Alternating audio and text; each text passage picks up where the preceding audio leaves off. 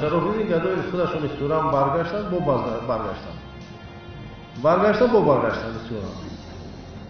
Он чӣ мегӯяд, чӣ намегӯяд ихтиёри он кас аст.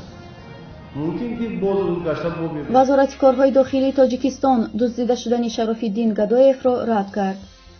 Рамазон Раҳимзода, вазири корҳои дохилии Тоҷикистон, ба радиои Озодӣ гуфтааст, ки нисбати Шарофиддин Гадоев ҳангоми буданаш дар Тоҷикистон аз зурӣ истифода нашудааст. ҳамчунин Раҳимзода иддаои шиканҷа шудани Гадоев дар вазорати корҳои дохилиро пурра рад кардааст. вазири корҳои дохилӣ афзудааст, ӯ чӣ мегӯяд намегӯяд ихтиёри худаш аст, боз мумкин бармегарданд, озод аст. мо он чизе буд гуфтем, ягон таҳқиқ накардам ва ягон зурӣ истифода накардем. Шарофиддин Гадоев бо хоҳиши худаш ба ватан баргашт.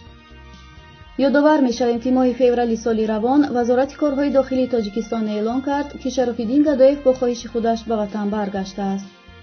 ин дар ҳоле аст, ки Шарофиддин Гадоев баъди бозгашт ба Аврупо эълон кард, ки ӯро дар Москав дастгир карда зуран ба Тоҷикистон овардаанд.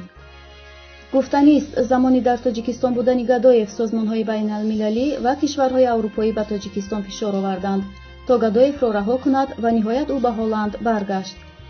ӯ дар ин кишвари аврупоӣ мақоми паноҳандагӣ дарёфт кардааст.